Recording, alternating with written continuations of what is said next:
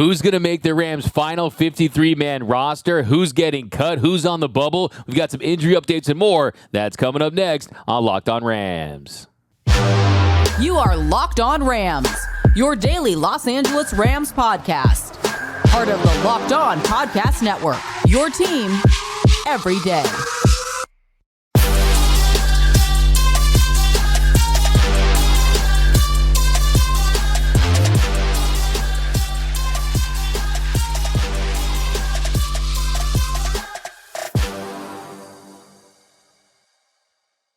What is up, Ramley, and welcome to another episode of Locked On Rams, your daily podcast covering your four-time champion Los Angeles Rams, free and available wherever you get your podcast. Locked On Rams, part of Locked On Podcast Network, your team every day. We're also available over on YouTube, so if you haven't yet, be sure to subscribe to the Locked On Rams YouTube channel. Do us a favor, hit that subscribe button, hit that notification bell, hit that like button, and who do you think should make the final 53-man roster on offense? I want all your takes on the Rams' final 53-man roster. My name is Doug McCain. My friends call me D-Mac. You can follow me on Twitter and Instagram at DMac_LA. I've been covering LA sports for over a decade. The Lakers for SI, the Dodgers for Dodgers Nation, now the Rams for Locked On. And today I'm flying solo, the People's Champ, Mr. Travis Rogers. He's out today, but we've got a jam-packed show for you. Today we are breaking down the Rams' 53-man roster on offense. Who will make the team? Who's going to get cut? Who's on the bubble? But first, this episode of Locked On Rams is brought to you by Gametime.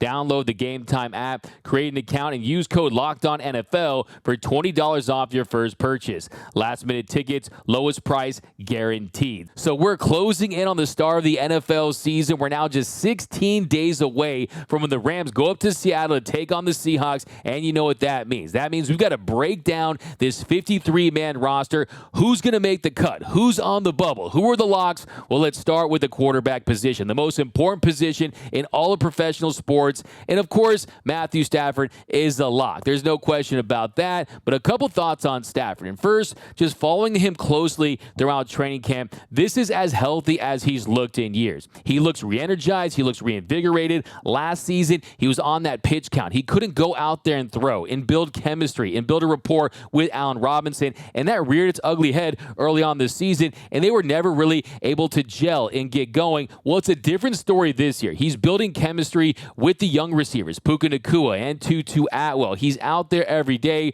making incredible throws, diming receivers up, and I love the fact that Cooper Kupp is back. He hit Cooper Kupp on some throws today. I also want to point out that Cooper Kupp also was throwing passes to Matthew Stafford, and Kupp said that Stafford was dropping some, but if you look at some of the practice footage, some of the clips on social media, he hit Van Jefferson on a 70-yard touchdown where he had edge pressure, and he just stepped up in the pocket and delivered a perfect throw. He's hitting those deep breaking routes, throwing back to his left, throwing no-look passes, and he looks fresh, healthy, and ready to have himself an elite season. I think he's out to prove that he's still one of the best quarterbacks in the NFL, and if you look at the NFC right now, I think he's the best quarterback in the NFC. I truly believe that. If he's 100% healthy, I'm taking Matthew Stafford over any quarterback in the NFC. That includes names like Dak Prescott, a guy who doesn't know the time of game at the end of games, Jalen Hurts, who's great in their system, but when it comes to being a pure quarterback, a guy that can make all the throws, a guy that is such an artist out there with what he can do with the ball placement, the accuracy, the arm strength, I'm still taking Matt Stafford. I still think that he's one of the elite QBs in the league, and I think that that is what's motivating him this season. I think he has a fire under him this year to prove that, hey, he's still got it, because let's not forget, the last time that Matthew Stafford was 1, healthy, 2, had a competent offensive line, and 3, had a complement of weapons, he threw for 50 touchdowns an entire season, regular season and playoffs combined. That's how good he was. In the regular season, threw for 41 touchdowns, almost 5,000 yards. He was elite, and I think he's going to get back to that this season, and this team's going to need it. And the number one key for Stafford is staying upright, staying vertical, and avoiding getting hit, because he was abused last season. Make no mistake about it. Last year, he was sacked 29 times and hit 63 times. That was the most that a quarterback had ever been hit or sacked sacked in the Sean McVay era. So as long as he's able to stay healthy and he's given time to throw, and let's not forget that you have to let these routes develop. So if you want Tutu Atwell to have success and you want him to turn the corner, you got to give Matt Stafford time to throw. And I think this is going to be a big year. Like I said, Stafford, he's playing the video game. He's playing the side quests. He's playing the side stages. He's already beaten the game. He's already won that Super Bowl. To me, he can get Chick-fil-A on Sundays, okay? The fact that he gave this organization that Super Bowl, it's been mission accomplished, but I still believe that they can beat the game one more time, and I think that Stafford's going to have a massive season. Now, who will be his backup? Well, I think that job is firmly going to be Stetson Bennett. Stetson Bennett is going to be the guy. Of course, the Rams, they picked him up in the 4th round. He's on a rookie deal. You want to have a very solid backup quarterback on a rookie contract. We know that he has draft status, so he is going to be a lock to make this 53-man roster, and I think he does win this job, and I think he's earned this job even as a 25-year-old rookie. Now, he has had his ups and downs. There's no doubt about that, but there have been more ups than downs for Stetson Bennett. You look at his first game, his first drive, he nearly throws that pick six. He's been almost intercepted multiple times. He threw an interception in his second game where he had the miscommunication with Tyler Johnson, but what has impressed me most is his anticipatory throws. The anticipation that he throws with is wise beyond his years. It's very advanced. When you look at the way he can go through his progressions, find guys, look at those throws to Tyler Johnson, especially the slant routes, the ones that are towards the sideline. Those are great ball placement throws, great anticipation, and I think that he would give this team a chance to win if he ever got the opportunity. I think that you want a backup that can come in and make this team competitive, and when you look at how dynamic he is, his ability to break the pocket, to extend plays, to get yards on the ground, his leadership, I think his intangibles is an X factor as well. I think he's going to be a very solid backup quarterback in this league, and I think that's his job. Now, when you look at the new quarterback rules behind him, the third quarterback can be placed on an inactive roster spot where he would not use a spot on the 53-man roster. So I fully expect Brett Rippon to be in the mix there. And look, we've seen them take 3 quarterbacks for the last few seasons anyway, so that is what to expect from the quarterback spot. Now, as far as running backs go, the lock, of course, is Cam Akers. And I'm very bullish, I'm very brazen on Cam Akers. I think this is going to be the year where he realizes that potential. I love this offseason. I love how he came to camp with added muscle and determination and focus, and just focus on the way he finished last season. I think that momentum is going to carry over into this year. Last 6 games of the season, he had 512 yards, 4.9 yards per carry, 11 catches for 99 yards, and 6 touchdowns. His final 3 games, he averaged 115 yards and a touchdown per game. He had 523 yards after contact, 36 missed tackles, and from week 13 on, he was dominant. He averaged a touchdown per game, 4.9 yards per carry, with 50% of his rushing yards coming after contact, and ranking 8th in evaded tackles per attempt with 18.5 touches per game. So I've been told by people out there that he doesn't break tackles, right? The reality, I bring my facts to the fight, that isn't the case. I think he's going to have a big year. And then behind Akers, you got Kyron Williams, I think, is a lock. And then you got Ronnie Rivers, Zach Evans, and Royce Freeman battling for those final 2 spots, in my opinion. I think right now, Ronnie Rivers has absolutely earned a spot on this 53-man roster. In his last game, the Rams' second preseason game against the Raiders, he had 9 carries for 42 yards. 23 of his 42 yards came after contact. Didn't force a missed tackle, but still, he was able to break some tackles. Had a 70.4 PFF grade. He also has experience in this offense. He's someone that fits with the zone running scheme, and I think he's someone that's tough. I mean, you saw that run on the 8-yard scamper he had right there in the Raiders game. He's someone that just is good for your depth. I like him on this roster, and he's really done everything he can this preseason to make that happen. Then you got Zach Evans. Now, Zach Evans is someone who has great upside. He's someone who has a lot of talent and potential. 6.9 yards per carry at the college level, a former 5-star recruit. Didn't have tons of stability during college. He went from TCU to Ole Miss, but he's flashed that potential. He's looked really fluid, running in between those tackles, and you also have to consider, too, he's not playing behind the first-team offensive line. So he's got draft pick status. They're high on him. They moved up to get him. I think he's going to make this roster. I think the odd man out is going to be Royce Freeman. They just don't need a power running back at this stage, and he just hasn't done enough during the preseason to say, hey, I deserve a spot on this roster. So I think he'll be the odd man out. So barring a shocking splash trade for Jonathan Taylor, your 4 running backs are going to be 1, Cam Akers, 2 Kyron Williams, 3 Ronnie Rivers, and 4 Zach Evans. But I would not count out Zach Evans to climb up that depth chart as the season moves along. Now, which wide receivers and tight ends will make the Rams' final 53-man roster? That's coming up next on Locked On Rams. All right, buying tickets to go to your favorite sporting events, your favorite concerts, the best shows that you're trying to see, it should not be a stressful activity, right? You should not be worried about what it's going to cost you and where you're going to get them. But right now, with killer deals on last-minute tickets and best price guarantee, you can stop stressing over tickets and start getting hyped for the fun that you're going to have with Gametime, right? Flash deals, last-minute tickets, images of your seats, easy to find and buy tickets for every kind of event in your area.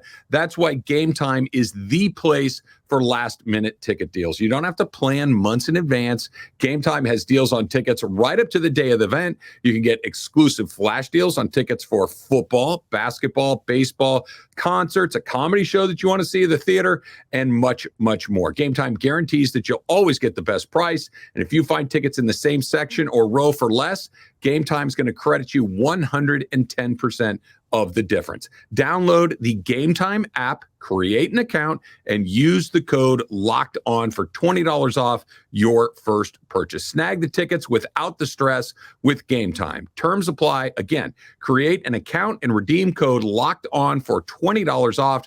Download Gametime today. Last minute tickets, lowest price guaranteed.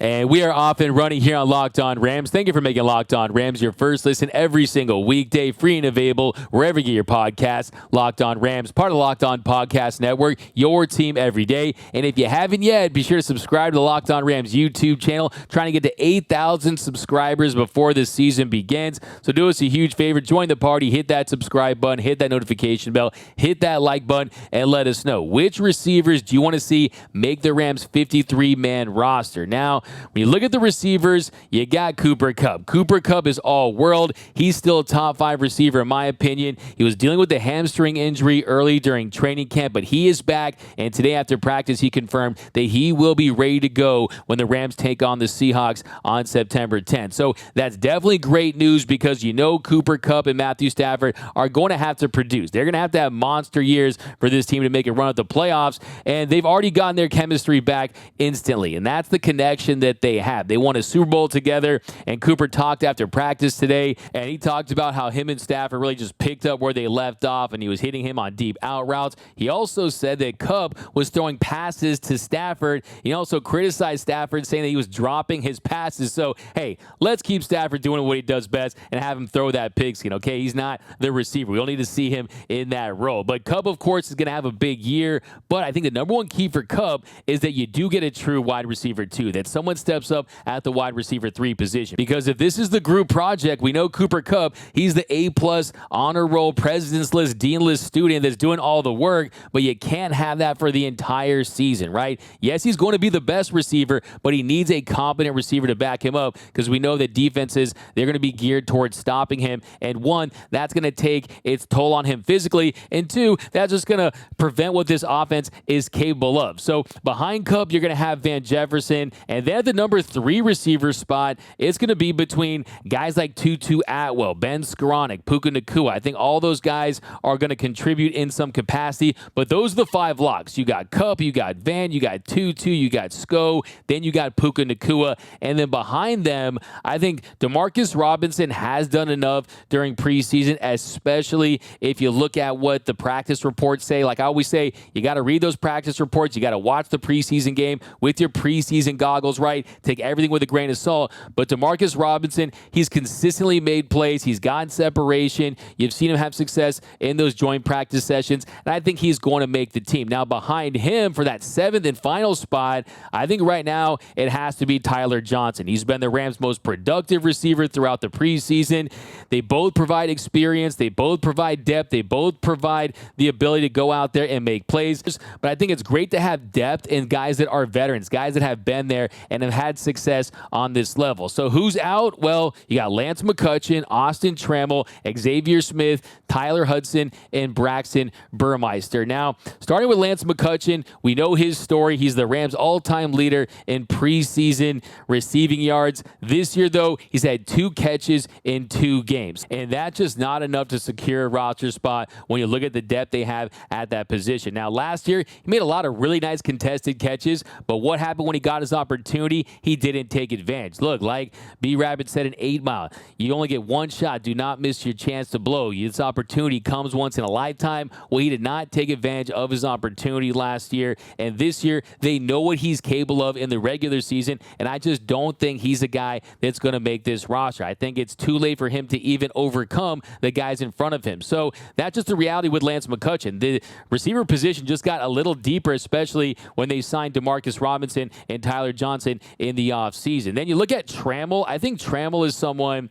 who he runs good routes. He can get some separation. He can contribute as a returner. I think he's ahead of McCutcheon at this moment. I think he's going to be a solid guy to have on the practice squad. He can be called up in an emergency situation. He can help out as a receiver, as a returner, but I think he ends up holding it down on the practice squad. And then you got, but I think ultimately he ends up holding it down, but ultimately, I think he ends up on the Rams practice squad. Then after that, you got Tyler Hudson, the first Rams preseason game. He made some solid grabs, but he just hasn't shown enough. He hasn't flashed enough. He hasn't popped enough to say, okay, you could justify putting him ahead of guys like Tyler Johnson or DeMarcus Robinson or any of those guys, right? It's very difficult to make the 53-man roster, especially when you look at a receiving core that with the 11 personnel, after those 3 guys, you don't see tons of movement, right? So I think if you're the Rams in this situation, you would provide that veteran depth. You would want that from those guys versus going with some younger players that you don't anticipate are going to be a big part of your future. And then you've got Xavier Smith, who does provide some glimpses, some flashes as a returner. We've seen what he's been able to do at the college level, but as a receiver, I just don't think he's refined or polished enough at this level. He's still very raw. You saw the one pass that Bennett completed to him where Whitworth said that the ball caught him. It kind of stuck to his left shoulder pad right there. I just don't think he's done enough. And then Burmeister, he has some tools as well, but like I said, it's difficult to crack this 7-man receivers room on the 53-man unless you really flash, unless you do have those glimpses of greatness, and none of those guys have done just that. Then you look at the tight end spot, and you got Tyler Higbee, Bryson Hopkins, and Davis Allen. To me, those are the 3 locks. We know Tyler Higbee, he's on pace to really be the best Rams tight end of all time. Bryson Hopkins is a guy who's had a very, very nice training camp. He's been trending in the right direction. His coaches have sung his praises. Davis Allen is someone who's, 1, on a rookie contract, 2, he's someone that really, really impressed in the Rams' second preseason game. That was really one of my biggest takeaways. He finished with a game-high 8 catches for 53 yards. He caught all 8 of his targets, made some really tough grabs, just showing that catch radius, showing that potential, and he's someone who I think is going to be a part of this organization for years to come. Someone who I think they're very high on moving forward because of the potential that he has. I love the way he can just get a ball, catch it, and fall forward for an extra 3 or 4 yards because he's so strong, big, physical, and tough. And like I said, that catch radius is very impressive. He's someone that can definitely be a weapon and a threat over the middle. And really the only issue with him is that he was dealing with that hamstring injury early during training camp. But he's going to make this team. Like I said, he has draft status, so he will make it. Then after that, I think Hunter Long still makes the team. I mean, he headed into camp, was dealing with that groin injury. He was a part of the Ramsey trade, and he was a 3rd-round pick by the Dolphins in 2021 out of Boston College, and back then the Rams were scouting him. Back then he was on the Rams' radar, so there's still some potential there. I think the Rams still want to see what they can unlock in him, and the only question now is, will they place him on the IR or the PUP, the physically unable to perform list with that groin injury? Just how bad is it? And the guys that won't make the team, you got Cameron McDonald, you got Christian Sims, and Nikola Killanik. So those guys really not close to making the roster, in my opinion. opinion. I think McDonald, like we said, when they signed him, he's more of a tweener. He's a Long Beach Poly kid, went to Florida State, more of a wide receiver during certain possessions. And then Sims, he's a bigger guy, but yeah, they've gotten tons of snaps. They've gotten their opportunities. They just haven't really taken advantage of them and really done enough to turn heads and really open the eyes of their coaches to the point where they say, okay, let's have a serious conversation about them making this roster. And then Killinick, he really hasn't flashed really at all, and he's also dealt with some injuries. So that's going to be your tight end room. I think you got Hunter Long is going to make it because of the reasons we just mentioned as far as him being a part of that deal. He has some potential. He has been injured. Davis Allen draft status, and then Higbee and Hopkins, they are the locks as well. So I think you got 4 tight ends there, and those are the ones that will make the team. And then that leaves the offensive line. Which offensive lineman will make the Rams 53-man roster? That's coming up next on Locked On Rams. And welcome back to Locked On Rams. Thank you for making Locked On Rams your first listen every single weekday, free and available wherever you get your podcasts. Locked On Rams, part of Locked On Podcast Network, your team every day. We're also available over on YouTube, so if you haven't yet, do us a huge favor and subscribe to the Locked On Rams YouTube channel. Hit that subscribe button, hit that notification bell, hit that like button, and let us know which offensive lineman do you want to see on that 53-man roster. And another shout out to our everyday listeners. We appreciate you watching every episode, listening to every episode, and you can be an everyday listener too. Join the club. Membership is 100% free, and you won't miss a thing about your Los Angeles Rams. But here in our third segment, we're taking a look at the offensive linemen that will make the Rams' final 53-man roster. And let's start with the locks. You got Alaric Jackson at left tackle. You got left guard Steve Avila. Then you got centers Brian Allen. You got Tremaine Ankrum. You got Rob Havenstein at right tackle. Joseph Noteboom. We'll see if he gets one of the guard spots as a starter. Will he be a swing tackle? We'll see what role they have for him. And you have Coleman Shelton, the other center. So I think those are the locks right there. Now, as far as who will make the team, I also see Warren McClendon, rookie out of Georgia, big physical. He can be used as a swing tackle. And for me, the key for him, he just needs to be more consistent, especially later on in games. If you watch his film, you'll see he kind of wears down towards the end of games. He gets a little sloppy. So that could be due to fatigue, which I'm assuming that's what it is when you consider he's still getting his legs under him, playing at this level, so that wouldn't surprise me at all. But I like him on the team. He's got that Georgia Bulldog in him, so definitely want to see him on this. But I like him making the team. He's got that Georgia Bulldog in him, so I think he's going to be someone that's going to continue to grow in this organization. Then, of course, you got Logan Bruss, the much maligned Logan Bruss, and I think for me, you need to continue to remind yourself that he's still working his way back. He's still trying to get back to full strength. He's still trying to get that confidence back in his knee. Because, yes, you may be there physically, but as far as his confidence, I think it's taken a hit. I think you look at him during the preseason, he has shown some consistency on run plays, but really it's the pass protection where he struggled. If he can improve his ability, in pass pro situations, that's going to go a long way to allowing him to carve out a role on this team. For him not to be called Logan Bust all over social media, I don't like to see that. I wanted to see this guy have success in this organization. I think it was impressive how he bounced back after that ankle injury that looked pretty bad in the Rams' second preseason game, but the fact that he's already back at practice, I think it's very telling about his determination to really find a way to have a role on this team. And look, they're not going to cut a former third-round pick from last year that really hasn't gotten a fair chance to make this team, a fair chance to show what he can do on this team. So I still believe that they're going to give him that opportunity. Now, on a side note, in defense of Bruss, I just want to say, look, when he was in college, when he was at Wisconsin, he was a Badger, he was a right tackle. The Rams drafted him in the third round, and they moved him to right guard. If you wanted a tackle, you should have drafted a tackle instead of drafting a tackle and having him play right guard. I think for Bruss specifically, he doesn't have that same optionality, that same ability to have that positional versatility as some linemen have. Look, that's a unique skill set that I just don't think he possesses. Now, do I think he secured his spot on this roster? I do, but I also think he hasn't been utilized properly. I think he has been miscast to a degree, and I think if you're Logan Bruss, you just want to see him get back to full strength and have him get that opportunity to be a backup and to see if he can grow into something. But it's too early to cut bait. You're not going to just rip the Band-Aid on Bruss yet. Now, as far as the guys on the bubble, I think it's going to be very interesting. You've got Zach Thomas. He's someone that could be a solid backup. They need the depth. He brings that positional versatility. He can play guard. He can play tackle. Will he be an odd man out? And then you got McAllister. I mean, Mike McAllister is someone who hasn't been bad. He's actually been pretty solid, but you've got Shelton, you've got Allen in front of him. So sometimes it's just a numbers game. I think he's going to be on the practice squad. He's someone that could be potentially poached by another team. You could see him possibly clear waivers. And I do think the Rams are going to use the IR list very selectively this year. I think they're going to put some guys they want on the practice squad. And I think you have to remember that if you poach a practice squad guy from another team, that guy has to stay on your active roster. So not many teams are going to poach a lot of the guys on the Rams practice squad unless they're desperate and they really need to fill a need and they're decimated by injury. So I think they're going to be able to keep a lot of these guys on their practice squad, but I think McAllister is a guy that could be potentially poached. But that is your 53-man roster for the offensive side. We're going to do the defense on Monday, so be sure to look out for that. My name is Doug McCain. You can follow me on Twitter and Instagram at DMAC_LA. And until next time, whose house is Locked On Rams house?